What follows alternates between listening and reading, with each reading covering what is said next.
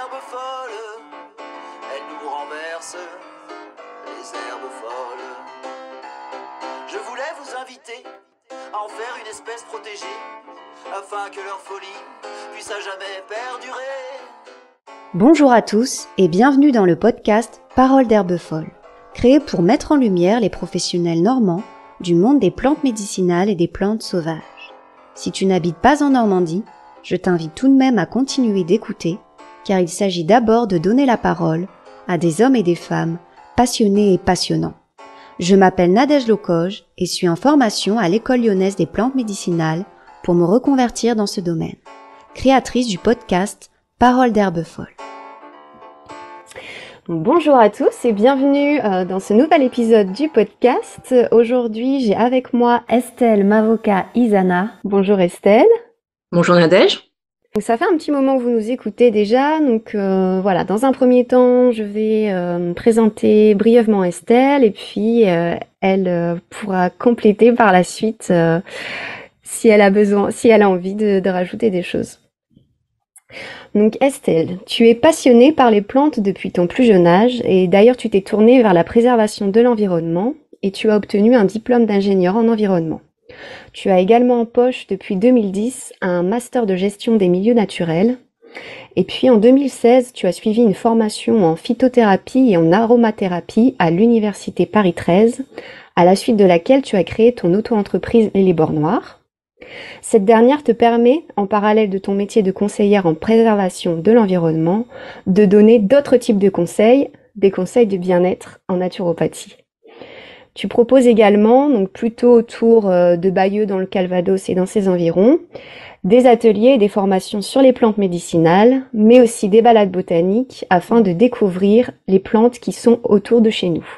Tu penses que de nombreux remèdes sont dans la nature et que certains de ces savoirs ancestraux, trop longtemps oubliés, devraient être connus de tous. Tout à fait. Là, ça me représente très très bien, il n'y a pas de souci, c'est vraiment moi. Tant mieux, parce que sinon c'est compliqué. Donc voilà pour cette petite introduction, et puis pour en apprendre un peu plus sur toi, on va commencer par la première question. Donc la première question, si ton métier était une chanson ou une musique, laquelle serait-elle et pourquoi ? Alors, la chanson vraiment qui me tient à cœur, c'est Fleurs de saison d'Émilie Simon. C'est vraiment une chanson qui me va bien parce que ça parle de fleurs, comme c'est très rare en fait dans les chansons qu'on écoute habituellement. Et ça parle de fleurs de façon positive, gaie, moderne. Enfin, c'est de la musique avec des sons très modernes de notre époque, hein. Donc ça change parce que souvent quand on parle de plantes, on trouve que c'est un peu désuet, voilà, que c'est un petit peu lié au remède de grand-mère, etc. Et donc d'avoir une chanson comme ça chantée par une jeune qui est plutôt chouette, voilà, moi ça me va bien. Oui, du coup, je te disais, je suis allée écouter parce que je connaissais pas. Et oui, en effet, c'est moderne et puis Ouais. C'est rythmé, c'est dynamique, rythmé. enfin, voilà, Ouais, ça me plaît bien. d'accord. Et en termes de conseils, de balades, est-ce que tu peux nous préciser un petit peu plus peut-être ce que tu proposes? Ouais. Alors moi je fais beaucoup en fait de balades botaniques. Notamment dans le cas des escapades nature. Je ne sais pas si tu connais, mais c'est un label en fait qui est proposé par le département du Calvados, et donc dans lesquels justement il y a plusieurs en fait activités qui sont proposées pour découvrir le Calvados. Et donc moi j'ai été retenue en fait pour justement valoriser certains sites du département à travers mes balades botaniques. Donc c'est plutôt un plus et ça fait comment dire une bonne publicité pour mon activité. Et donc c'est des balades qui sont assez originales parce que je fais pas que en fait de la bota. Je suis accompagnée par une autre animatrice qui fait aussi de la sophrologie. Donc on appelle ça des balades bota sophro où justement on parle des plantes, de leurs usages, etc. Mais on essaye de s'immerger aussi dans la nature et puis de prendre un temps pour se relaxer et puis faire corps en fait avec l'environnement autour de nous. Donc c'est un moment de relaxation et de diffusion des connaissances. Et généralement les gens apprécient parce que ils apprennent plein de choses et en plus ils ressortent de cette aventure, j'ai envie de dire, plutôt bien. Donc ça va dans le bon Complètement sens zen. parce que les plantes aromatiques c'est pour le bien-être et c'est vrai que la sophrologie du coup ça comment dire ça amplifie en fait ce moment de bien-être. Voilà. Donc Mhm. ça, c'est pour les balades. Donc j'en fais aussi de façon individuelle, hein, où je parle vraiment que des vertus des plantes. Je montre aux gens en fait vraiment les plantes qui sont autour de chez eux, hein, même voilà les orties, le plantain, des choses qu'on voit tous les jours, mais qu'on piétine allègrement sans se douter en fait des vertus que ça peut représenter. Et c'est des plantes qui sont très riches, très très riches en vertus médicinales. Donc ça, Mm. c'est intéressant et souvent les gens sont émerveillés de découvrir tout ça. Donc voilà, donc des balades, je fais des ateliers aussi. Justement, une fois qu'on a appris à découvrir ces plantes dans la nature, c'est vraiment savoir comment on les utilise tout simplement pour faire ses propres remèdes. Il y a plein de choses qu'on peut faire chez soi, hein, des sirops, des baumes, des infusions, des macérats huileux qui permettent de nous soigner. Donc là, Mhm. je parle pas des grosses maladies, je parle vraiment des petits bobos du quotidien qu'on peut soigner par soi-même, en fait. Voilà. Donc les petits rhumes, les bronchites, ce genre de choses, les mal de dos, faut savoir qu'on peut faire nos propres remèdes très facilement. Voilà. Mm. Et il me semble aussi que tu participes à des événements comme les fêtes de la bio, fêtes des plantes, etc. Donc tu as souvent un atelier dans ces Oui, événements-là. oui, Et tu fais aussi partie du collectif Pam Pam. tout à fait. Est-ce que tu veux nous dire juste un petit mot voilà, parce que du coup, on a déjà eu plusieurs personnes qui faisaient partie de ce collectif dans le podcast. Peut-être juste rappeler en quoi consiste en fait ce collectif. Hmm. Pour moi, c'était important d'intégrer le collectif Pam Pam. Pam Pam, donc c'est vraiment les producteurs artisans militants pour les plantes aromatiques et médicinales. Faut le Mm, repréciser parce que c'est vrai que ça c'est pas forcément évident de voir à quoi ça correspond. mm, mm, Moi, ça m'a beaucoup apporté parce que déjà il y a très peu de gens, de plus en plus maintenant, mais très peu de gens quand même qui sont dans cette comment dire activité en fait de production ou de diffusion des connaissances autour des plantes aromatiques et médicinales. C'est quand même vraiment un tout petit noyau hein, au sein de mm, la Normandie. C'est important de se sentir épaulé parce que, enfin, c'est un peu le parcours du combattant en fait. Hein, quand on veut vraiment se mettre dans cette activité, ne serait-ce que trouver une formation adéquate, voir dans quelle activité on souhaiterait vraiment se mettre. Est-ce qu'il y a une niche économique? Enfin voilà, savoir mm, s'il y a de la place pour nous, tout simplement en termes de professionnels. Et puis voilà, se sentir soutenu, échanger avec des gens qui partagent les mêmes valeurs, les mêmes connaissances, c'est mm, important. Parce que sinon, on a tendance, je pense, à baisser les bras et puis à se sentir un peu tout seul dans son coin, en fait. Donc ça, c'était très important. Et c'est notamment grâce à ce collectif Pam Pam que j'ai pu justement intégrer des événements comme la fête de la bio, le banquet fantastique de Caen, par exemple. Donc mm, j'en ai fait d'autres, hein, mais c'est vrai qu'à chaque fois, en fait, le fait d'avoir intégré ce collectif, ça m'a ouvert des portes. Donc mm, c'est intéressant et puis c'est vrai que voilà on échange beaucoup donc c'est plutôt chouette quoi. Mm. mm. On va continuer avec la deuxième question. Si le parcours ou le chemin qui t'a mené jusqu'à ce métier en lien avec les plantes médicinales était un film ou un livre, quel serait le titre et pourquoi? Donc ce serait un livre et ce serait donc les plantes magiques secrets des grimoires anciens. C'est un livre qui me parle parce que moi j'aime bien en fait cet aspect un peu comment dire on ouvre un vieux livre et puis on tombe sur une recette qui va nous faire du bien, on trouve une vieille recette de sirop avec des plantes qu'on connaît peut-être pas ou plus trop utilisées. J'aime bien en fait comment dire découvrir ça. En fait c'est une des choses en fait qui me passionne en fait dans les plantes aromatiques et médicinales, c'est qu'on en apprend tous les jours en fait. Moi, j'ai plein de plantes autour de moi dont je me sers. Et à chaque fois que j'ouvre un bouquin sur ce domaine-là, je me dis, ah bah oui, bah tiens, il y a aussi cette plante-là qui peut être utile, je savais pas. ou alors on découvre d'autres recettes, d'autres remèdes, d'autres façons de les utiliser. Et je trouve que ce livre, là, Les plantes magiques, bah, ça me correspond bien, en fait. Ça me correspond bien parce que, bah, justement, je trouve qu'il y a une magie autour de ces plantes aromatiques et médicinales. C'est pas que, en fait, leurs vertus médicinales qui m'intéressent, c'est vraiment tout ce qu'elles peuvent émaner, en fait, autour d'elles. Donc, en termes d'esthétisme, en termes de comment dire, de couleurs, de formes, etc. Et puis, bah, c'est vrai qu'il y a certaines plantes. Je pense par exemple à la lavande. J'aime bien en avoir toujours un petit peu à côté de moi parce que c'est une plante qui me rassure, qui me fait penser à des choses positives, qui me fait penser bah, au sud de la France, au soleil, au bien-être tout simplement. Et c'est une plante qui m'accompagne dans ma vie de tous les jours en fait. Donc voilà, donc la magie des plantes, je pense que c'est vraiment ça en fait qui m'attire aussi dans cette activité. C'est tout ce qui fait le charme en fait des plantes et puis c'est ce qui me passionne en fait, tout simplement. Mm. Et d'ailleurs, par rapport à cette question, tu me disais aussi que, voilà, pour toi, en fait, la plante ne doit pas forcément être près de toi pour te faire du bien. C'est-à-dire que même à travers une photo, une image Mm. ou ce qu'elle peut te M'évoquer, apporter, voilà, ouais. dans Mm. ton esprit, en fait, Mm. pour toi, ça peut aussi aider euh, à aller mieux, en fait. Oui, Mm. oui, bah c'est vrai que bah moi j'ai pas mal d'élébores noirs en fait chez moi. D'ailleurs c'est le nom en fait de mon entreprise. Hein.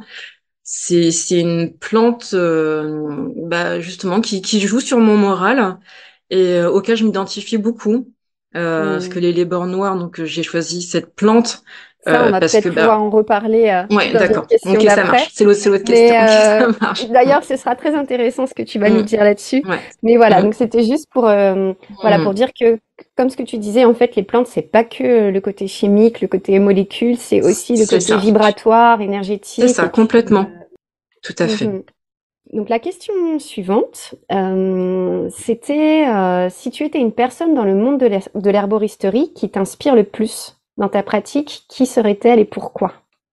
Alors, c'est une personne qui m'est très chère. C'est ma grand-mère. Et c'est grâce à elle, en fait, que je me suis mise, voilà, à adorer les plantes et à les utiliser.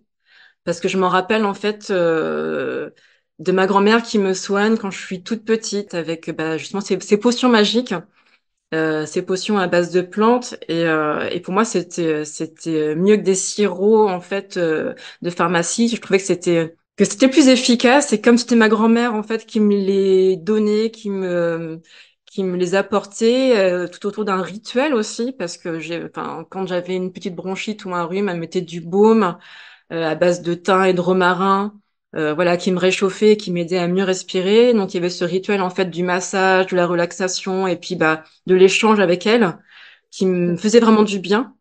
Et c'est tous ces petits moments de bonheur et de bien-être et puis bah de mieux-être grâce à ces remèdes tout simplement qui m'ont fait aimer vraiment ce métier de d'herboriste et puis qui m'attire toujours. C'est vraiment elle en fait, hein, la porte d'entrée vers ce Hmm. métier. Tu me disais que justement ta grand-mère avait ce côté un peu sorcière, Oui, oui. et c'est un aspect, en tout cas pour toi, qui te touche et Mm. qui te parle beaucoup. Est-ce que tu pourrais nous dire quelques mots justement concernant les sorcières ou les chamans? Pourquoi en fait tu te sens en lien ou appelé par Ouais. ce genre de personnes, cette façon en fait Mm. de rencontrer les plantes? Ouais. Bah, c'est toujours autour de la magie en fait. Enfin, on parlait de magie tout à l'heure et c'est vrai que, enfin, moi quand j'ai à l'esprit les chamans, bah, justement les sorciers, il y a pas que les remèdes à base de plantes qui me viennent à l'esprit. Il y a tous les rituels qui sont liés à ça. Je parlais justement du rituel instauré par ma grand-mère pour nous soigner. Bah, c'est un tout en fait. Il y a l'esprit en fait. Hein.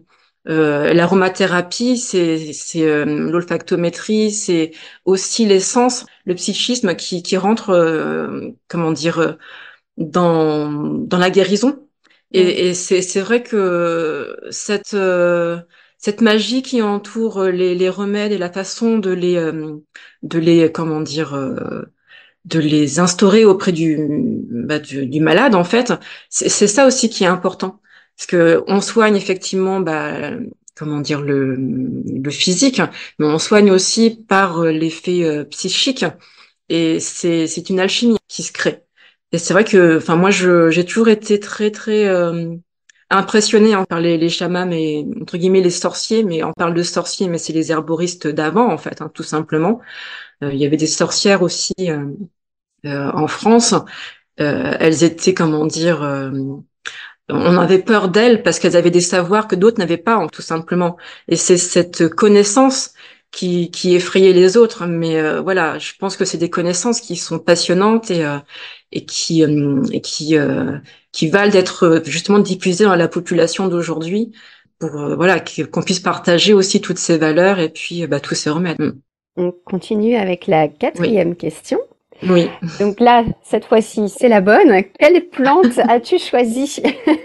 Et pourquoi tu as choisi cette plante? Quelle plante te ressemble, en fait, te parle et voilà. Ouais. Quelle plante tu aimerais être? Alors, je m'identifie beaucoup en fait à l'élébore noire pour de nombreuses raisons. La première raison, c'est parce que je la trouve belle, tout simplement. Il y a ce contact-là, cet esthétisme que j'aime bien en fait dans cette plante. L'élébore noire, c'est aussi la rose de Noël, hein, on l'appelle comme ça. Et moi, je suis du 24 décembre, donc pour moi, en fait, c'est un lien très fort en fait avec ma date de naissance. Et l'élébore noire, tout simplement parce que moi, je suis métisse, hein, donc voilà. Donc il y a un lien aussi avec la couleur qui m'est très chère. Et c'est pareil, hein, je parlais tout à l'heure de magie et de plantes qui nous font du bien. J'ai des élébores dans mon jardin, mais j'ai des élébores aussi chez moi. Voilà, parce que c'est vrai que quand je vois cette plante, ça me fait du bien au moral. Ça m'aide aussi un petit peu dans ma vie de tous les jours parce que voilà, je me dis qu'elle est là, elle est toujours à côté de moi et ça me booste. Voilà, c'est un élément important de ma vie. En fait, c'est pas juste une plante comme ça, comme tout à l'heure on parlait de molécules, de chimie. C'est vraiment un être à part entière quelque part, quoi. Comme un ami, on peut dire? Un peu, c'est une amie. Voilà. Oui, et du coup, quand tu m'as dit quelle plante tu avais choisie, ça m'a fait un peu sourire parce que c'est plus une plante sorcière, c'est plus une plante, voilà, qu'on va pas utiliser comme Oui, ça en infusion pour tout à fait. boire, qui est plutôt toxique. Oui, tout à fait. Mais on peut quand même l'utiliser dans certains cas. Est-ce que tu veux nous dire Mm. quelques mots là-dessus? Ouais, complètement. Donc c'est vrai que c'est une plante qui est plutôt utilisée pour purger en fait l'organisme, Mhm. pour détoxifier. Mais alors après, il faut pas en prendre de trop parce que c'est vrai que ça peut avoir des effets néfastes, hein, si on la prend à forte concentration. Mais comme toutes les plantes un peu toxiques, parce qu'elle l'est, hein, à forte dose, elle a quand même des vertus qui peuvent être intéressantes à toute petite dose. Donc voilà, donc c'est aussi ça qui me plaît dans ces plantes, c'est que c'est la dose fait le poison, hein, comme on dit souvent. C'est des Mhm. plantes qui peuvent avoir des vertus, mais attention, faut pas faire n'importe quoi. Donc c'est pour ça que c'est aussi important d'avoir fait une formation. C'est aussi pour ça que enfin là du coup je refais le lien avec ma formation dont on a parlé initialement. Mais c'est important quand on va donner des conseils bien-être aux gens de savoir enfin de quoi on parle et de donner les bons dosages qui vont bien et les façons aussi de les utiliser. Parce que c'est comment dire, c'est des plantes, mais elles ont des vertus qui peuvent être très puissantes. Donc, il faut faire attention à leurs usages et les conseils qui entourent justement l'utilisation des plantes sont pour moi primordiaux. Mm. Oui, et en plus, une plante peut convenir à une personne et ne pas convenir à une autre. On Tout peut à avoir des fait. réactions complètement différentes selon les personnes. Donc Oui. voilà, il faut Il peut y aussi. avoir, comme pour les médicaments conventionnels, les effets secondaires, effectivement. Donc, il faut faire attention à ça et bien connaître les plantes pour savoir comment est-ce qu'on peut changer en fait d'une plante à l'autre pour toujours avoir les mêmes vertus recherchées, quoi. Mm. Mmh. Oui et du coup, je rebondis sur les lébores noirs. Donc, a priori, voilà, c'est comme beaucoup de plantes toxiques, c'est souvent des plantes qui sont utilisées en homéopathie, donc Tout à fait. vraiment à des doses, infinitésimales. Mhm. Et voilà, donc juste, on reprécise, on ne vous dit pas d'utiliser les lébores noirs pour vous purger ou pour faire une petite Surtout détox pas. de printemps, hein.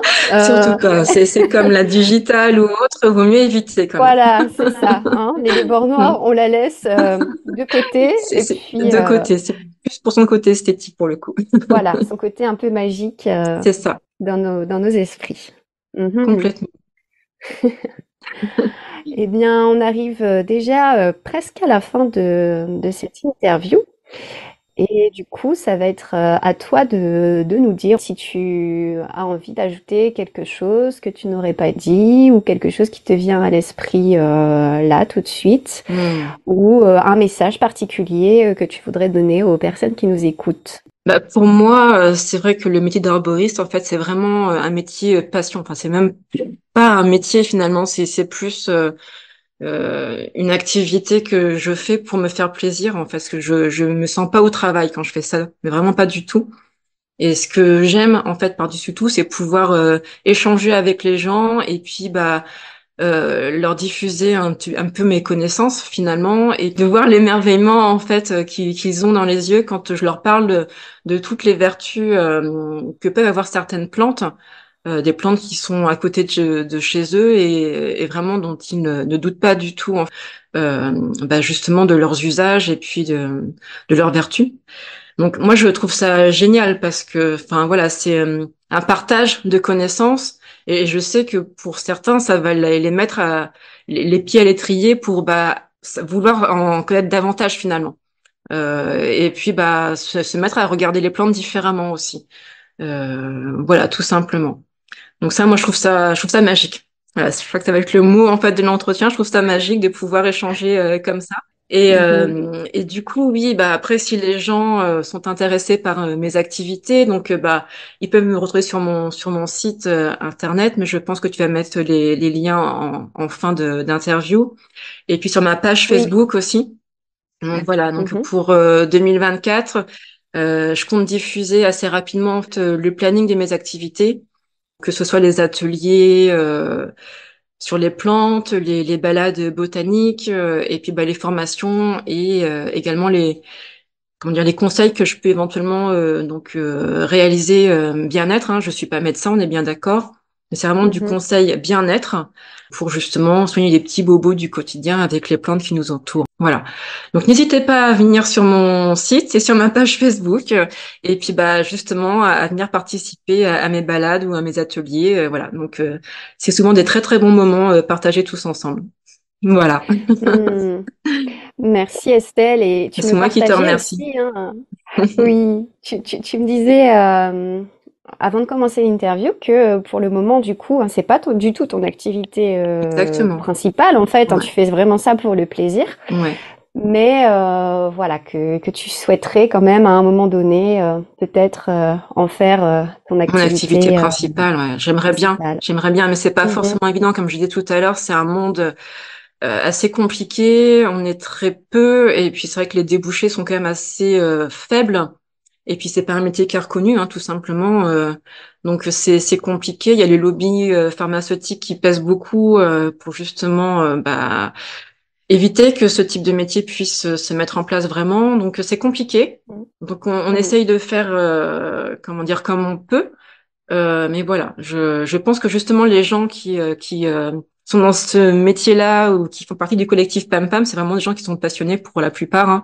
Et c'est ça mhm, qui est intéressant de pouvoir échanger avec toutes ces personnes, quoi. Mm. mhm. Ouais, c'est ça, complètement. L'énergie du collectif. Mm. Exactement. Voilà, bah très bien. Et, du coup, là, c'est vraiment terminé Ben, pour merci aujourd'hui. beaucoup.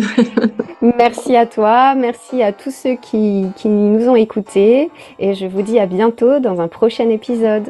À bientôt.